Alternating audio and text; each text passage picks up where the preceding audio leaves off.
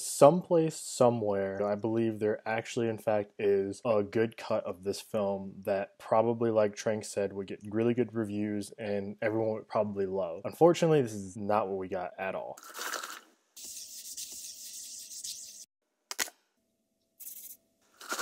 So going into this film, obviously my expectations reading the reviews on Rotten Tomatoes as of the past few days became low going into the film. So I was expecting pretty much a horrible film. I was expecting something of the Spider-Man 3, Iron Man 2, Iron Man 3 caliber of a film. Pretty bad, maybe a little bit worse than that. But what I actually ended up getting from the film after seeing it was a little bit different than what everyone else kind of described in various reviews in the past few days. I actually didn't hate the film. I'm obviously going to get into this, but in a little bit of a different fashion, I kind of want to talk about some of the issues with Josh Trank in the studio that he's kind of revealed over the past couple days. And then in typical fashion, I want to go ahead and address some of the positives and some of the negatives that I had with the film. Obviously, there's a lot of negatives with the film, but a lot of the negatives with the film stem from specific parts. Maybe if we possibly got the copy of the edit of the film that Trank said that he did that he thought was much better, this would not nearly be as bad of a film, or at least be passable, so we could kind of jump off of this into a sequel and make it much better. Going into some of the positives first, the first 45 minutes of the film are really solid. Fairly well done. For most people who were going into this film, they've probably seen Chronicle. I really liked Chronicle a lot, and I've also seen it quite a few times. So if you've seen Chronicle, you can clearly see similarities between that film and the first 45 minutes of this film, clearly when they get their powers. So obviously that's something that I want to address is the plot, which there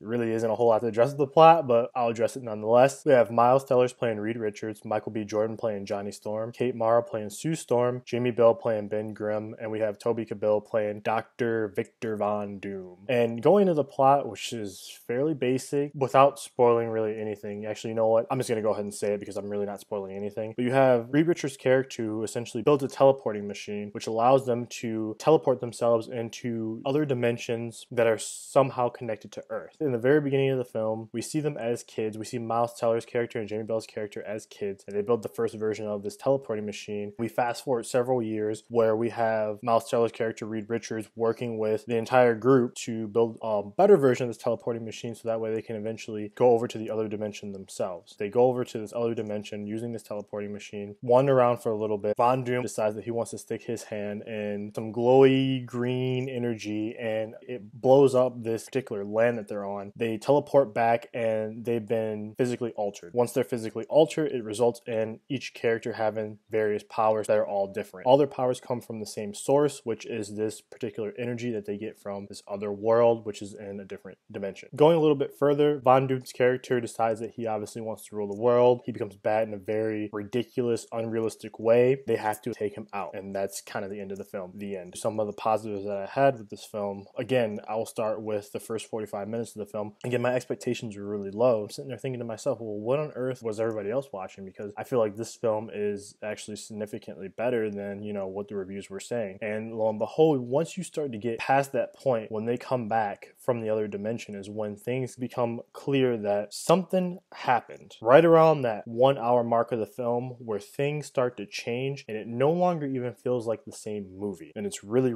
weird. The cast, which I will ironically still stand by the selection of the cast, I think all the actors were solid. It seemed like they were all doing fairly well again in the first portion of this film. I'd say like Act 1 going into the beginning of Act 2. I had no issue with the cast. I think they got a good group of people to come in and play the characters that they were supposed to play. I think from the good portions of the film that I saw, I think they did a really good job doing so. And I have no gripes with the cast whatsoever. I hope, obviously this is going to get rebooted. I hope in some way, shape, or form, if they do decide to reboot this sooner than later, that they do consider bringing back some of these actors to come in and play the same characters again. I'm not trying to sound like I'm defending it too much, but at the same time, I do believe that if a few things were changed, obviously they would have had a dramatic effect on the film and we would have gotten a completely different film, but I think it would have helped it tremendously. We would have got a very enjoyable Fantastic Four film. But again, the first part and then going into Act 2 and Act 3, they don't feel like the same film. Like, I would almost go as far as to say, like, this feels like a completely different director. So going into some of the negatives of the film, obviously, pretty much outside of the cast, pretty much everything. This is a film that doesn't have a very strong plot. It was building up and building up and building up during the first act of this film. And again, once we get into Act 2 and we get into Act 3 is when things start to change. You have all of this build up, all of this setup for essentially what doesn't pan out to be anything. Character arcs and character development just kind of skips along and doesn't really go in any chronological order. Whereas you have a character typically go from point A to point B to point C, as far as the character growth arc would go, it feels like you have certain characters in this film go from point A to point C, where there's a lot of skipping around and you see characters kind of just show up and do things and you're like, well, wait a second, hang on, why are they doing that? Because nothing was actually explained on why they're doing what they're doing. So it gets really jumpy, it gets really confusing. In some regards, it almost feels like they were strapped for time and they had to rush and just get something out. And that's kind of what this film feels like at certain points of it, is it feels like a film that they need to get out at a certain point. They were strapped for a date. They had to meet this date no matter what. And so they just slapped something together. Another negative that I had, the CGI, which is, I know, something I read about going into the film and how poor the CGI was, despite the fact that this film had a fairly large budget. CGI was horrible. 10 years ago, this might have been passable. But even then, 10 years ago, might have been passable. Might. I've seen, low budget video games. I've seen third-party indie games on my Xbox 360 from last generation with better graphics than essentially this, with over $100 million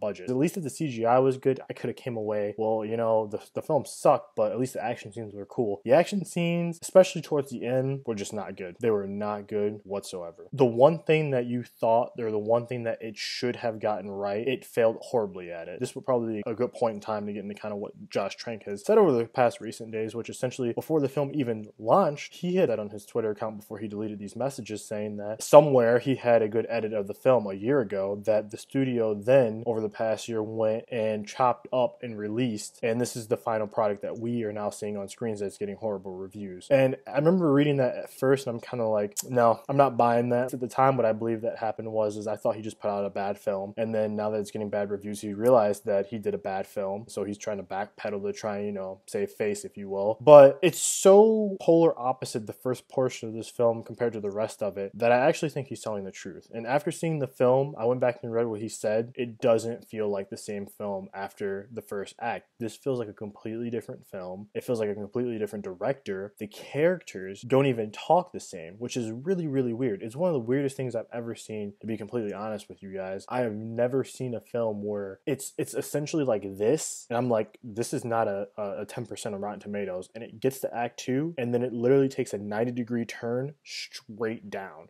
It's insane. It's absolutely nuts how different this film is after the first 45 minutes. I actually think that the first 45 minutes of this film would have been a better reviewed film than what we got overall. We can get into whether or not what he did was the right or the wrong thing to do. I do actually believe that someone somewhere went in and took this film, chopped it up, and then put out this piece of garbage that we got. And that is unfortunate because I really do like Josh Trank as a director. Granted, he's only done a couple of films, one good and one bad, but I would love to hear why this happened the way that it happened. There's two sides to every story, and I'm just very curious to see how this story pans out. I'm curious to see what we find out, because I do believe at some point we will find out what happened and why it happened. But enough of that.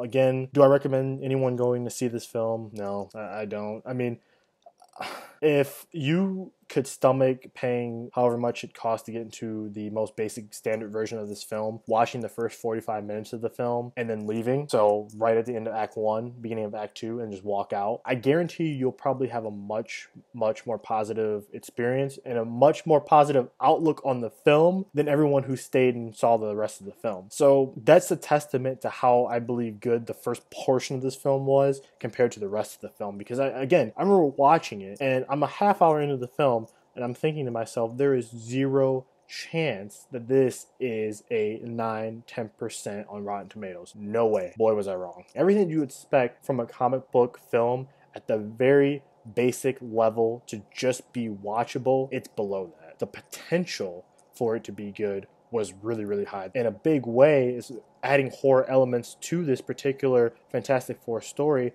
The potential was so high, and it didn't reach any of that, not even by 100 miles. But again, that's just my opinion. Keep in mind, guys, that all film, like I said, at the end of every review is subjective. If you guys want to hop down in the comment section and let me know what you thought of the film, I'd be curious to see, for the people that did actually pay to go see this film, see what they thought of it. And I have a couple movie reviews that I'm going to drop on you guys, so just be on the lookout for those. But again, I will see you guys in the next video.